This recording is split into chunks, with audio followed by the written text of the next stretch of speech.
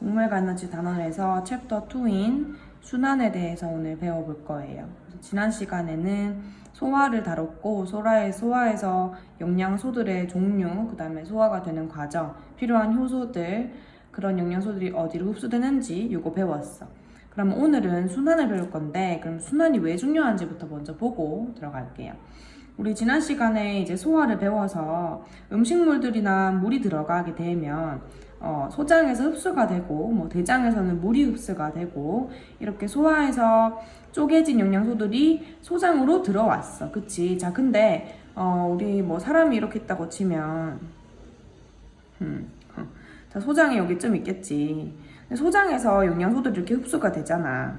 근데 이런 영양소들은 이 소장 근처만 필요한 것이 아니라 어디도 필요하지? 손가락 끝에도 영양분이 필요하고 머리 끝까지 발끝까지 영양분이 다 전달이 돼야 되잖아. 그치? 자, 그러면 이 전달을 누가 해주냐는 거야. 누가 해줄까? 바로 피, 혈관을 타고 영양소들이 전달이 되겠죠. 영양소들이 그 필요한 곳에 가서 그 위치에 있는 세포에서 에너지로 전환이 되어서 사용이 됩니다. 그래서 전달되는 요 혈관에 관련된 얘기들 할 거고, 혈관들이 그러면 가려면 이제 영양소들이 지난 시간에 했는데 수용성은 바로 혈관을 통해서 심장으로 갔었고, 그 다음에 지용성은 림프관을 딱 갔다가 또 심장에서 만났었어. 그럼 심장에서 만난다. 이 얘기가 무슨 말일까? 자, 심장이 우리 몸의 중간 허브 역할을 한다고 생각하면 돼. 모든 영양소들이나 피는 심장에 모였다가 여기서 같이 출발을 해서 다시 온몸으로 퍼지게 돼요. 퍼지게 될 때 퍼졌다가 다시 돌아오고 갔다가 돌아오고 이런 거 반복하겠지. 자, 그래서 한 바퀴 돌아오는 거라고 해서 우리가 순환이라고 부른다. 그럼 우리가 오늘 배울 거는 혈액을 통해서 누가 안에 들어있는지, 그리고 혈액의 구성 성분들, 그 다음에 심장을 통해서 이제 이렇게 왔다 갔다 한다고 했는데 요것들, 심장의 구조 같은 것도 한번 보겠죠. 그래서 일단은 밑에 보면, 자, 우리 혈액의 구성을 먼저 볼게. 혈액의 구성은, 자, 우리 피를 분리를 해요. 분리 어떻게 하냐면, 자, 우리 피 안에는 지금 요거부터 먼저 보게 되면, 좀 확대를 해서 볼게.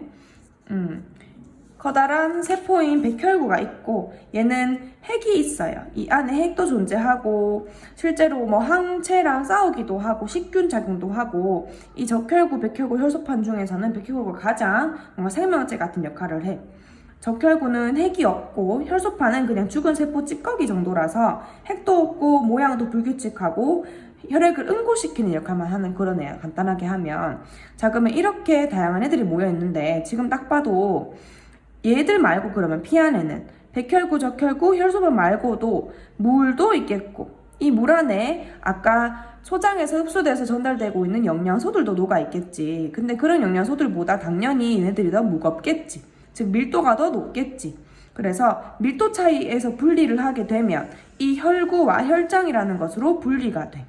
그러면 딱 분리가 돼서 보니까 혈구가 빨간색이고 혈장은 그냥 살짝 노란색을 띠는 거 보니까 빨간색을 띠게 해주는 혈액의 구성 성분은 혈구에 있구나. 그리고 조금 밀도가 높구나 라는 것도 알 수가 있겠지. 자, 그래서 지금 이거 본 김에 이제 혈액의 구성 한번 가볼게.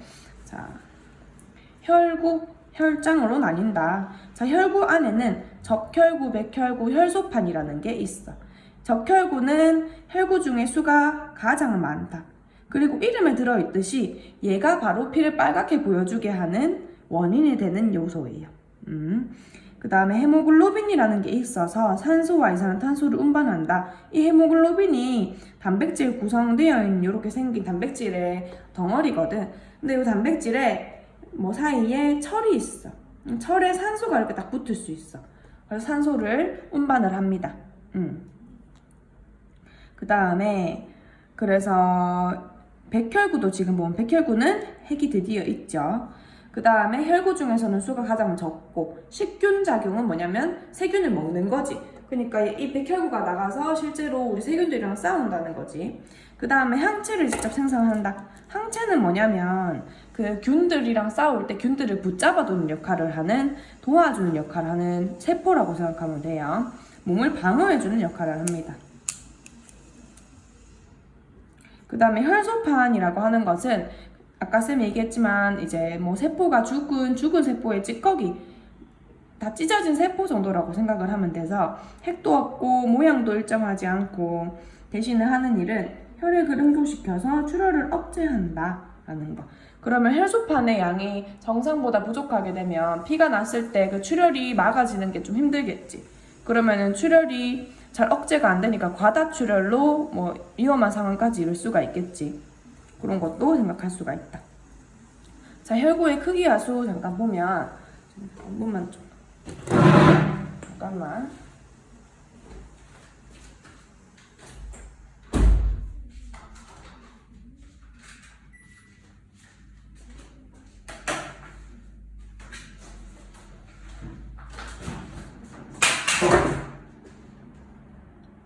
좀 시끄러워서 문을 닫고 왔고요.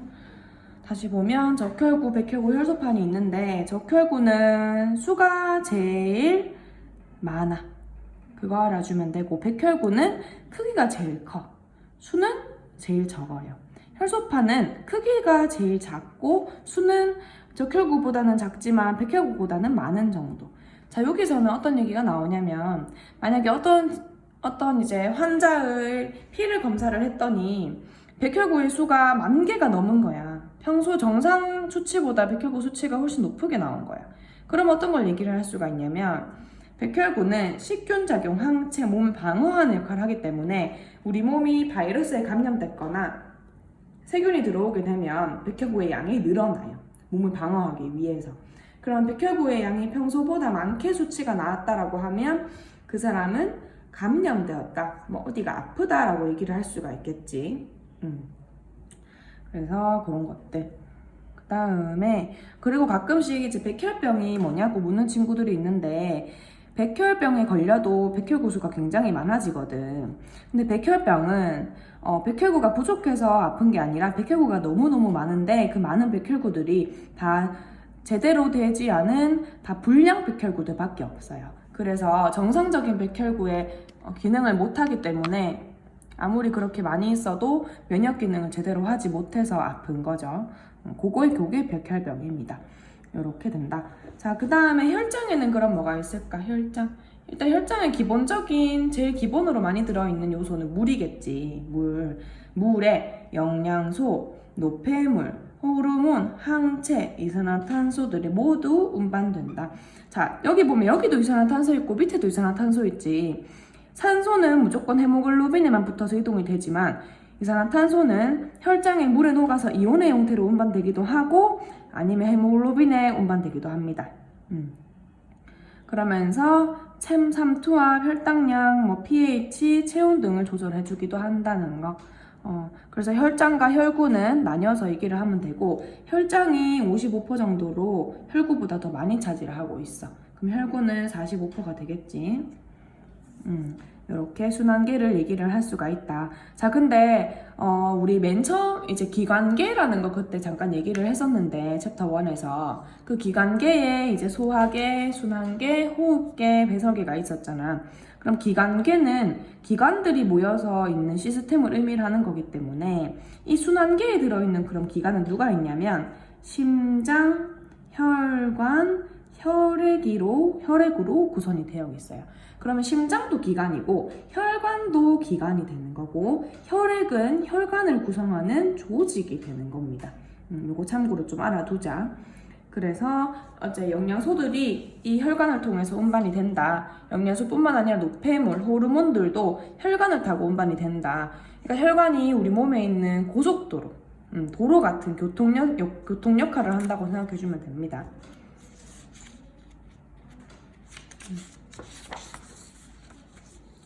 자, 뒤에 넘어가 보면 자, 모든 피들은 일단 심장에 먼저 모이지. 심장에 모였다가 모든 우리 체내로 다 퍼져서 이동을 하게 된다. 그치? 자, 근데 아까 피의 역할을 하나 보면 피 역할을 하나 봤을 때 여기에 헤모글로빈에 산소나 이산화탄소는 운반되고 혈장에도 이산화탄소가 운반된다라고 했어요. 자, 근데 우리가 그러면 이런 기체도 피로 운반한다, 그치? 근데 기체는 어디로만 들어올 수 있어? 코.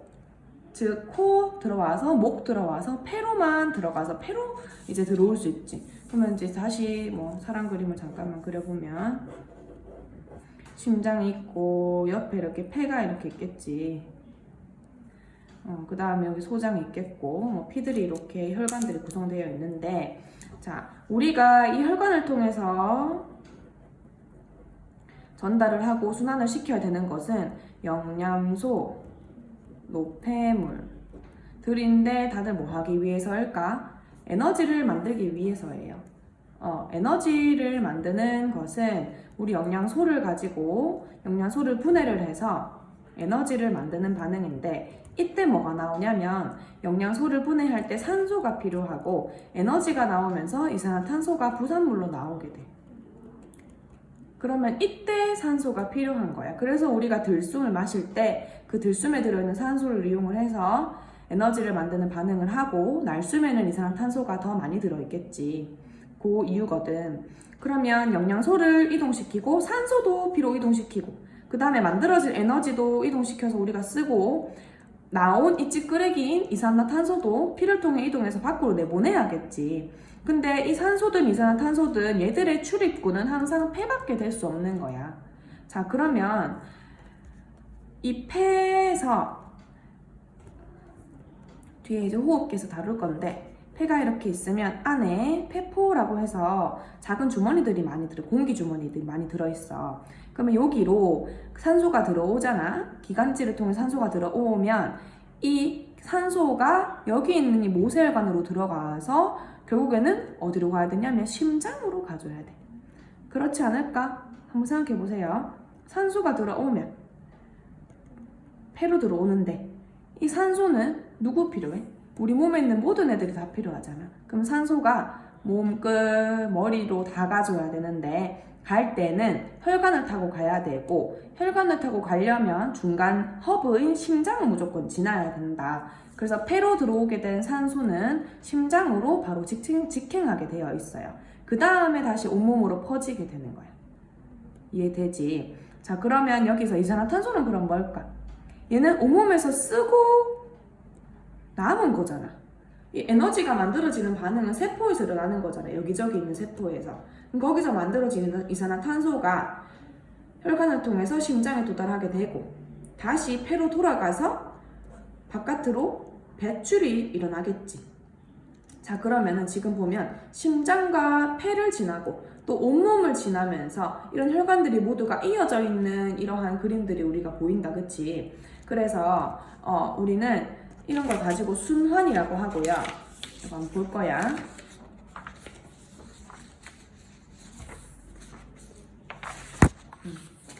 심장에 관해서.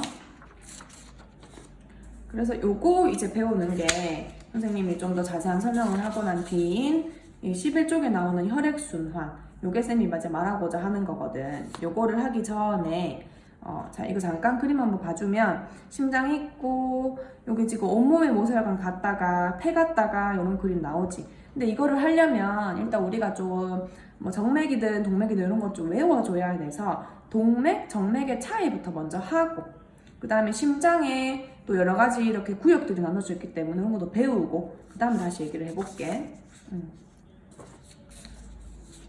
다시 심장의 구조를 한번 봅시다.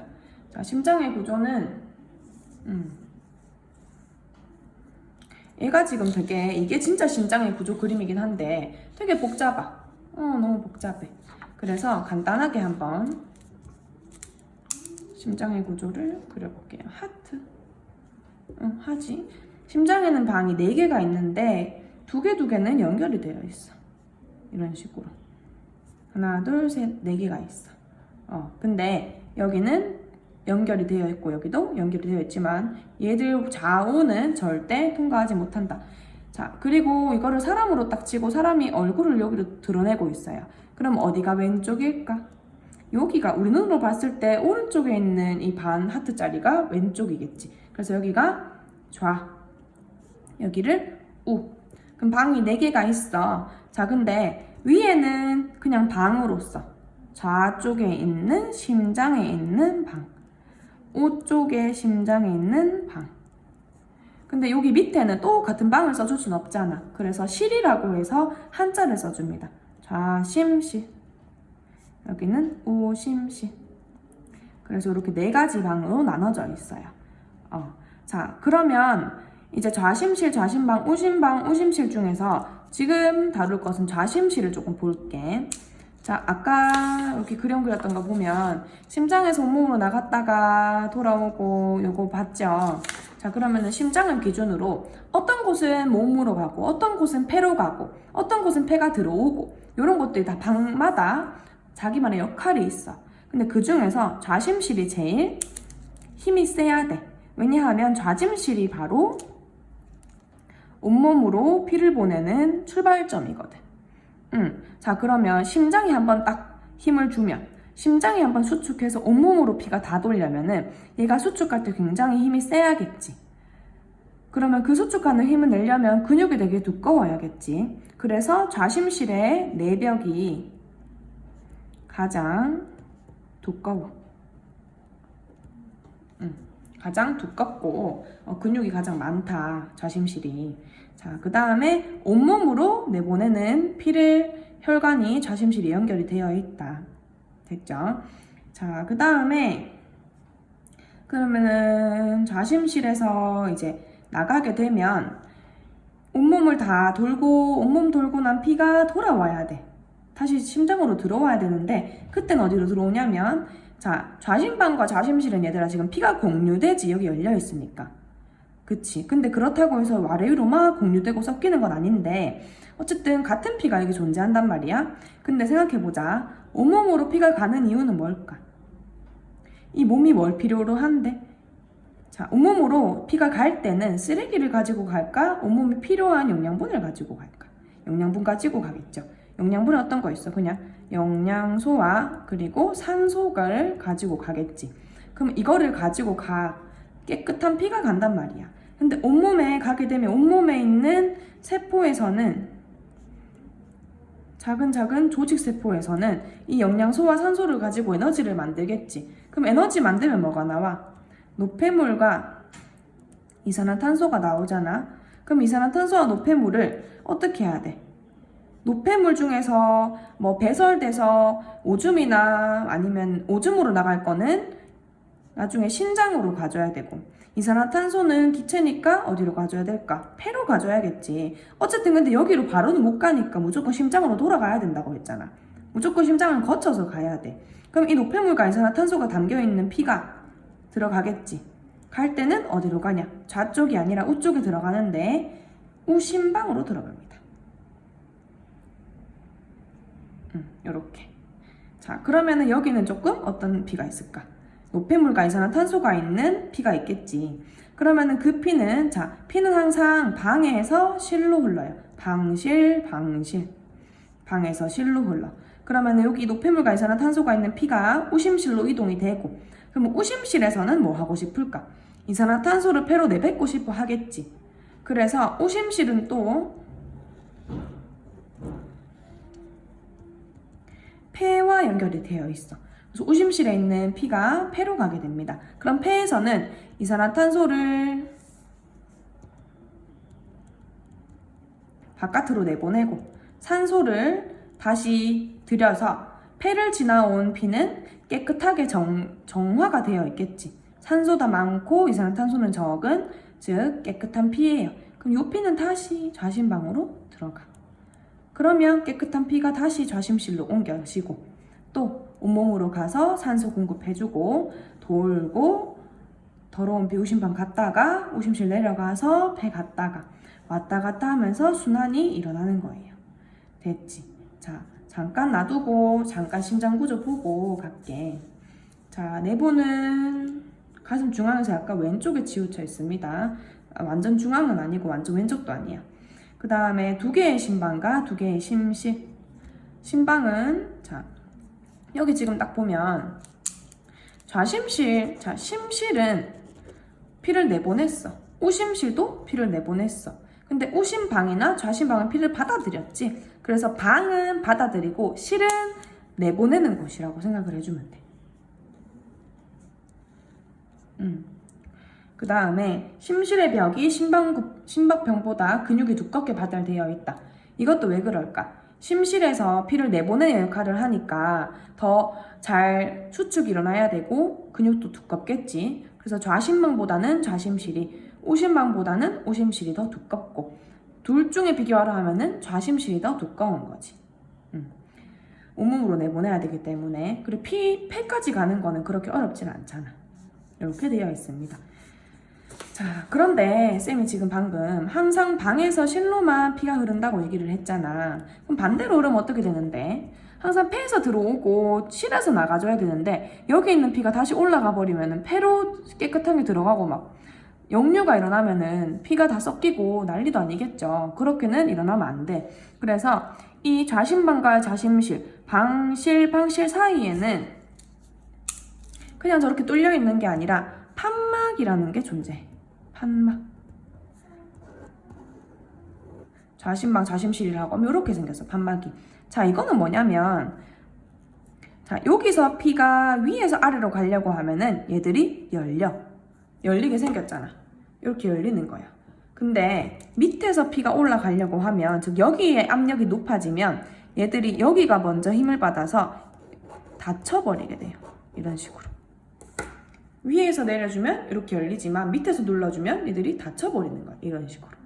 이게 판막의 구조야. 그래서 판막이 여기도 있고 여기도 있어요.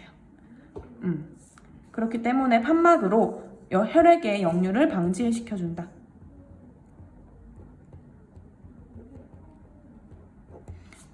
그리고 판막이 사실은 좌심실과 나가는 혈관, 우심실과 나가는 혈관에도 또 있거든. 자, 요거는 혈관 이름 얘기하고 할게. 자, 그러면 이렇게 나가는 혈관들이 있다. 근데 온몸으로 나가는 혈관이 지금 한 줄기잖아, 그치? 근데 이 한 줄기가 온몸을 다 다니려면 너무 오래 걸리잖아. 그래서 얘는 굵은 한 줄기의 혈관이지만 온몸으로 가서 세포들 사이사이 곳곳을 돌아다닐 때는 더 얇은 혈관으로 여러 개로 길이 나눠져야지 더 빨리 진행되고 꼼꼼하게 진행될 수가 있겠죠. 그래서 이런 식으로 혈관에도 종류가 있어. 자, 보면 동맥, 모세혈관, 정맥 이렇게 세 가지가 있는데, 자, 동맥이 가장 두꺼워. 지금 제일 두껍지, 혈관벽이. 제일 탄탄합니다. 그리고 동맥이랑 그 다음에 동맥 다음에는 항상 모세혈관이 연결되어 있어.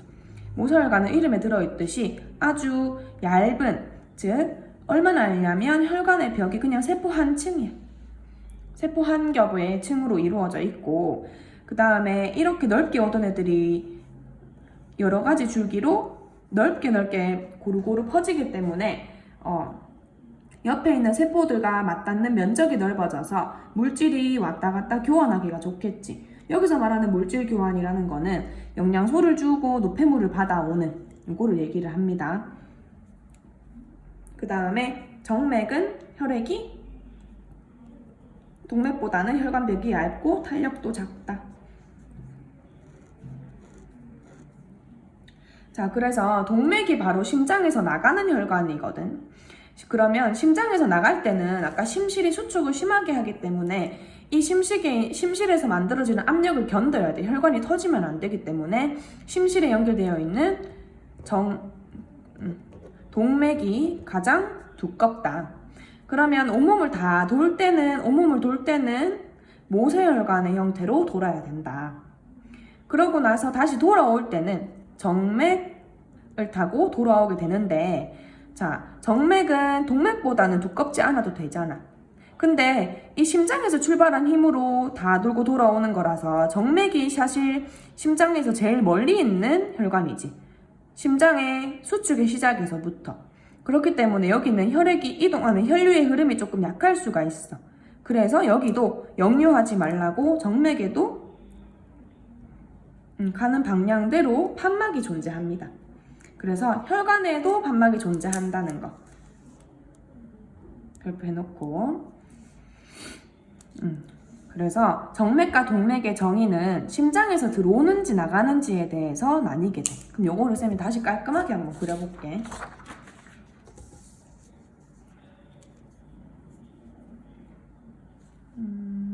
오른쪽에다가 하트를. 요거 쉽게 이제 외우는 방법이 있는데, 방 이름은 다 알아야 돼. 방실 좌우.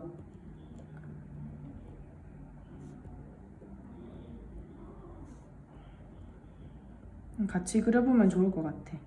같이 그리고. 자, 그럼 좌심실에서 나가는 혈관은 동맥인데, 이 여러 가지 동맥들 중에서 지금 제일 굵고 온몸으로 나가는 거니까 제일 힘이 세야 돼. 그래서 얘가 나가는 애가 대동맥이야. 대동맥을 타고 어디로? 온몸으로 가겠지. 근데 온몸에 어디로 가는 걸까? 온몸의 조직세포로 갑니다. 조직세포는 뭐냐면 그냥 모든 조직에 존재하는 세포들의 모임으로 간다는 얘기야. 자, 다시 얘들 여기 왜 갈까? 조직세포로. 대동맥에 들어있는 영양소랑 산소를 주려고 간다. 그치? 그러면은 줄 때는 대동맥의 형태로 주게 되면 혈관벽이 너무 두껍기 때문에 이 벽을 통과해서 영양소들이 못 나와요. 여기서는 온몸을 돌 때는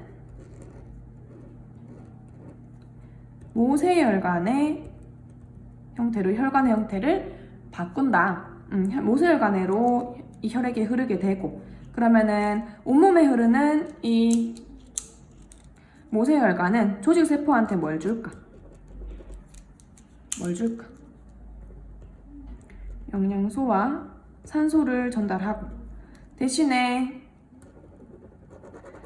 이 온몸 애들은 항상 일을 하니까 항상 뭘 가지고 있어? 항상 노폐물을 가지고 있기 때문에 얘들은 모세혈관에 노폐물과 이산화탄소를 전달을 하게 돼. 됐죠? 자, 그 다음에 그러면은 이 온몸의 조직세포를 돌면서 이 모세혈관을 지나간 이 혈액은 이제는 노폐물과 이산화탄소를 가지는 혈액으로 변했다. 그치? 그럼 이 혈액은 어디로 들어갈까? 우심방으로 들어갑니다. 자, 들어갈 때 우심방으로 들어가는 혈관이니까 정맥인데 온몸을 돌고 가는 거기 때문에 대정맥이라고 불러. 대정맥. 그럼 여기로 들어온 우리 혈액이 판막을 통과해서 밑으로 이동을 하겠지. 그러면은 여기 들어있는 노폐물과 이산화탄소를 버리고 싶으니까 어디다 버려요? 이산화탄소를 폐에다가 버리지. 그러면 여기에서 폐로 가겠지. 그러면은 폐로 갈 때도, 자, 폐의 구조를 보게 되면 안에 공기 주머니들이 이렇게 많이 들었어. 여기에 공기들이 다 들어오게 되어 있거든. 그러면은 이 폐로 이 혈관에 들어있는 이산화탄소를 폐로 전달시켜 주려면 이산화탄소가 혈관을 뚫고 진화를 가야 된단 말이야.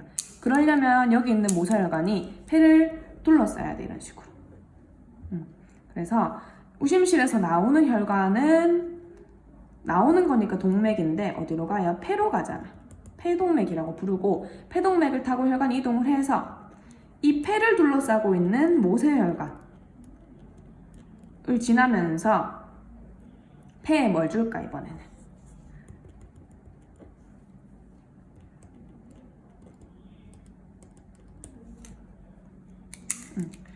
폐가 모세혈관이 폐한테 주는 거는 뭘 줘?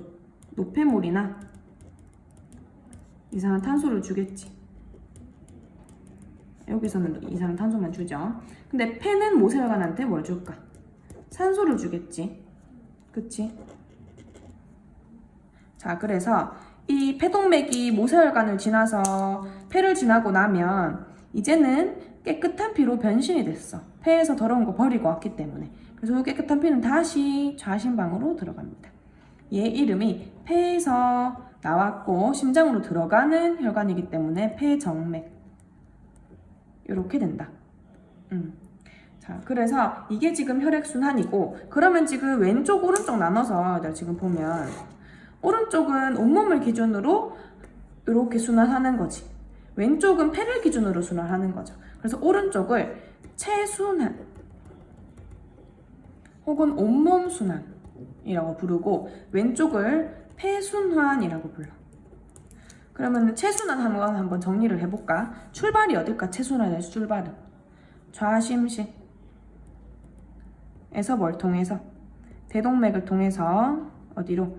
온몸의 모세혈관으로, 그 다음에 대정맥으로, 대정맥이 오심방으로.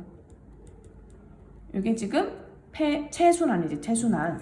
그럼 폐순환도 우리 경로를 그려보면, 적어보면 어디서 출발? 얘는 오심실에서 출발이고, 그 다음 폐동맥,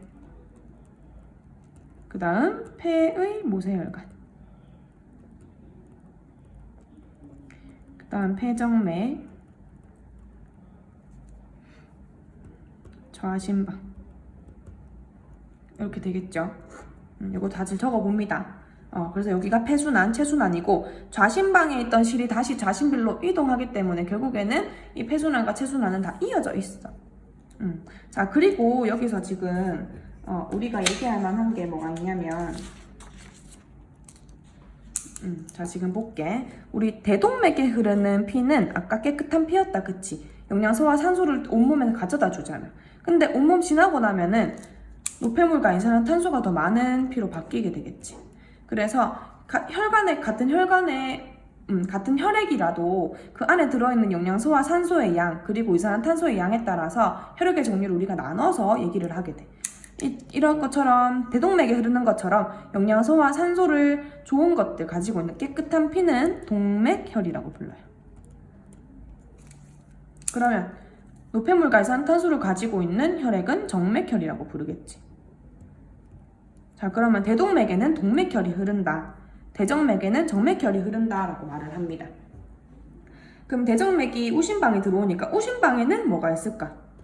정맥혈이 있겠죠. 오심실에도 정맥혈이 있겠지. 그럼 오심실에 있는 피가 폐동맥을 통해서 이동을 하니까 여기도 정맥혈이 있겠네. 그 다음 모세혈관 지나고 나면 폐에서 산소를 얻기 때문에 모세혈관을 지나면서 동맥혈에서 정맥혈에서 동맥혈로 바뀌게 되겠지. 그래서 폐정맥은 또 깨끗한 피인 동맥혈에 해당을 해요. 그러면 좌심방과 좌심실에는 항상 동맥혈이 존재하겠지. 이런 식으로 동맥혈, 정맥혈을 나눌 수 있어. 동맥혈은 산소를 많이 가지고 있기 때문에 조금 더 밝은 빨간색, 선홍색을 띠고, 정맥혈은 산소가 조금 적어서 좀 검붉은색을 띠고 있어요. 요거 알아주면 된다. 그래서 여기서 또 모세혈관을 기준으로 동맥혈과 정맥혈로 바뀌게 되는 거, 이런 것도 한번 알아주고, 그 다음에 모세혈관 얘기를 조금 더 할 건데, 왜 이렇게 모세혈관으로 바뀔까 라고 봤을 때, 아까 모세혈관의 특징 잠깐만 더 보면, 혈관벽이 세포 한 층으로 이루어져 있고 단면적이 넓다. 단면적이 넓다는 얘기는 얘들이 여러 갈래로 이어지기 때문에 한 갈래로 쭉 갈 때보다는 조직세포랑 만나는 면적이 넓은 거지. 그렇게 되면은 영양소와 산소, 노폐물과 이산화탄소와 같은 물질들을 교환하기 좋은 거죠. 그래서 표면적이 넓어서 물질 교환하기가 좋은 특징이 있다.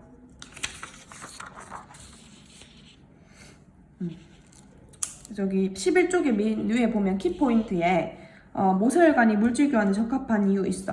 단면적이 넓다. 혈류 속도가 느리다. 자, 이거는 왜 그럴까? 동맥에서 힘을 싹 파서 오잖아. 근데 막 가던 애들이 갑자기 여러 갈래로 나뉘어지니까 느려지는 거야.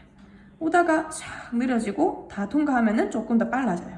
그래서 모세혈관에서 속도가 제일 느려. 그 다음에 혈관벽이 한 층의 세포층으로 되어 있기 때문에 영양분이나 산소들, 노폐물들이 드나들 수 있다. 근데 걔네들이 진짜 걔네만 나가는 건 아니고 혈장이나 조직에게 녹아서 물이 녹은 상태로 이동을 합니다. 거름종이 걸러지듯이.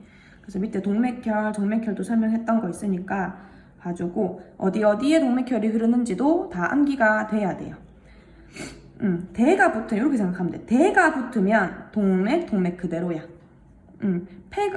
여기도 대가 붙으니까 정맥 그대로지. 근데 폐가 붙으면 반대혈이 흐르게 돼. 폐정맥에는 동맥혈, 폐동맥에는 정맥혈, 이런 식으로 흐른다고 또 외워주면 되고, 이제 외울 때는 이 순환을 다 외워야 되기 때문에 이 그림 위주로 얘 그림만 암기를 해주면 이런 것도 다시 생각하면 되고 이것도 생각하면 되니까 다 풀 수 있거든. 이 그림 위주로 많이 외워줍니다. 그리고 아까 판막 얘기를 좀 더 해야 되는데, 판막이 그러면은 좌심방과 좌심실 사이, 심방, 심실 사이 존재한다, 그치?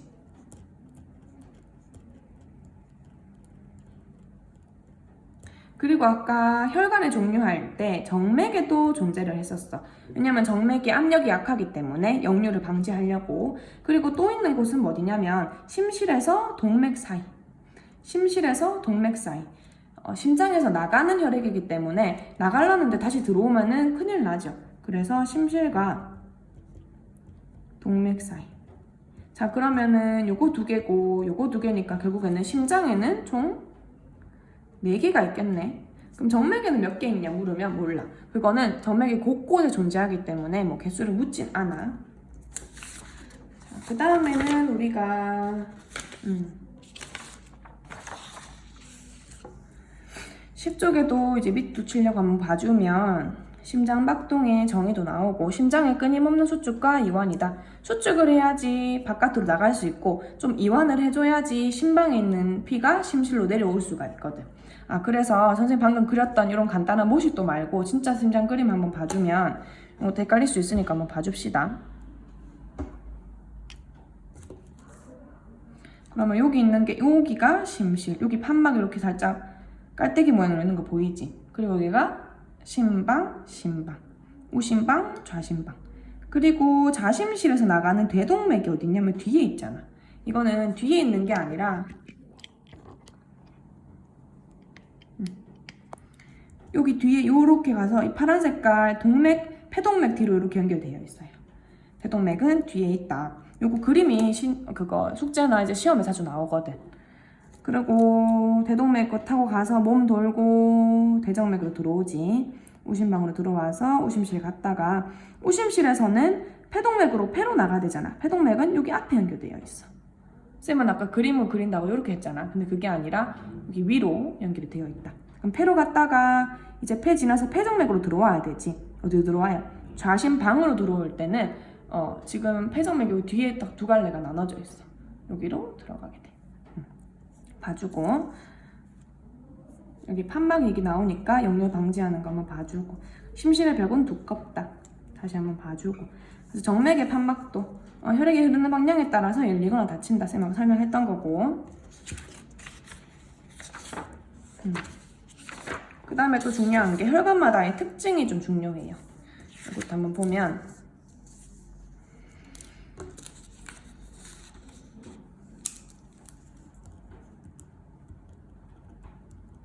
혈압, 즉 혈관의 압력은 누가 제일 클까?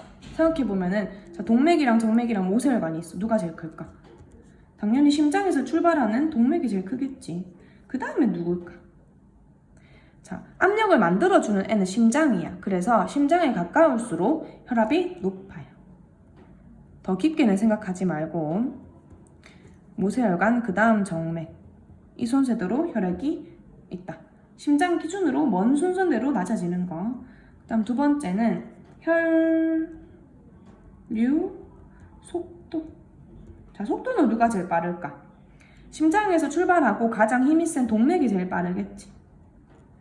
그러면 둘 중에 누가 2등일까? 생각을 해보면 자, 모세혈관의 특징 중에 하나가 얘들이 길이 너무 많고 조직세포랑 계속 일을 하고 물질 교환이 일어나야 되는데 혈류 속도가 느려서 그게 잘 일어난다고 우리 아까 배웠어.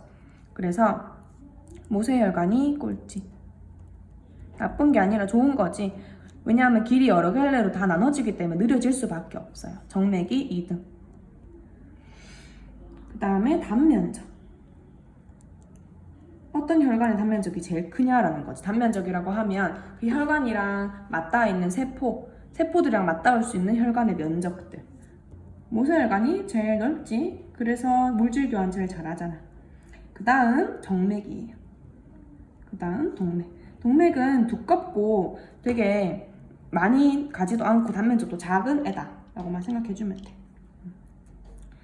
그래서 여기 그래프 잠깐 밑에 작은 거 그냥 볼게. 혈관의 특성에서 이거 그래프 나온 거 자주 나오니까 별표 한번 쳐두고 여기 보면 이제 세로축은 혈압이에요. 왼쪽 세로축은 혈압, 오른쪽 세로축에는 총 단면적, 혈류 속도 이런 게 적혀 있어. 이 말은 이 그래프 안에 혈압, 단면적, 혈류 속도 그래프가 모두 포함 3개가 그려져 있다는 얘기예요. 3개 보이고 대동맥, 동맥 모세혈관, 정맥, 이거 대정맥이든 뭐 되겠지. 요거에 따라서 애들의 그래프를 그려놓는 거 보니까 혈압이 제일 높은 대동맥이 있다, 그치? 자, 근데 우리 심장이 한번 쪄가지고 수축해주고 이완했다가 수축 이완을 반복하잖아. 수축할 때마다 혈압이 최고로 상승하게 돼요. 그래서 우리 뭐 혈압의 최고 혈압 아니면 최저 혈압 같은 거 측정하잖아.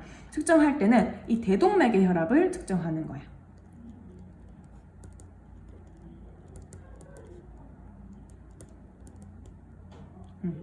그 다음에 혈압이 점점점 감소하는 거 보이고 혈류 속도는 대동맥에서 제일 빨랐다가 이 수축하는 혈압 따라서 살짝 왔다 갔다 하긴 하지. 그러다가 모세혈관에서 제일 느리고 정맥에서는 살짝 좀 빨라져요. 그래서 지금 또 단면적은 모세혈관이 가장 높고 대동맥이 꼴찌지. 정맥에서의 혈압이 제일 낮으니까 정맥에 판막이 존재해서 거꾸로 역류되는 것을 방지를 하는 거야. 이것도 중요하고. 그래서 이런 식으로 혈관의 특성들 비교하는 거 중요하니까 봐주고, 온몸 순환, 폐순환, 시작과 끝, 시작과 끝. 그 다음에 이거는 무작정 외우기보다는 아까 선생님이 보여줬던 그 간단한 모식도 그림을 외우고 그 다음에 계속 생각하고 반복해서 문제를 풀다 보면 저절로 외워질 수도 있고, 외우는 게 힘들다 하면 시험 칠 때 이렇게 잠깐 그리는 거예요. 좌심실, 대동맥, 몸, 그 다음 이렇게 대정맥, 오심방, 오심실, 여기서는 폐로 가잖아. 폐, 동맥, 폐정맥을 타고 좌심, 방으로 들어오고. 요 그림만 그려놓으면 사실 다 알 수 있거든. 그러니까 요 그림만 외워놓으면 다 풀 수 있어요. 좌심실, 대동맥, 온몸의 모세혈관, 대정맥, 오심방 이런 식으로. 그러니까 요거는 꼭 암기하기. 그 다음에 정맥혈과 동맥혈도 알아놓기. 얘들은 선생님 지금 동그라미 치는 것들은 다 동맥혈이지. 얘랑 얘 여기들. 근데 파란색으로 하는 것들은 다 정맥혈이죠. 여기들. 그래서 모세혈관을 기준으로 정맥혈에서 동맥혈 아니면 동맥혈에서 정맥혈로 혈이 바뀌어진다. 그거 봐주면 됩니다. 그래서 이런 식으로 하면 순환이 마무리가 되고, 순환에서 중요한 거는 순환의 경로 요거 제일 중요하고, 왜냐면 또 지금은 끄덕끄덕해도 문제 풀면 헷갈릴 수 있기 때문에 문제로 연습을 많이 해줘야 돼요. 특히나 이런 것도 헷갈려 많이 헷갈려 하니까 봐주고. 그 다음에 아까 봤던 뭐 혈액의 구성 요소들, 혈구, 뭐 혈장 이런 것들도 좀 자세하게 봐주고. 그 다음에 지금 12쪽 보게 되면 요거는 뭐 심장 관련된 더 재밌는 얘기들이니까 각자 한 번씩 읽어보면 될 것 같아요. 그래서 자, 중요한 단원이고 앞에 있는 소화 그리고 뒤에 있는 호흡기랑도 다 연결되기 때문에 잘 공부하고 마무리합니다. 수고하셨습니다.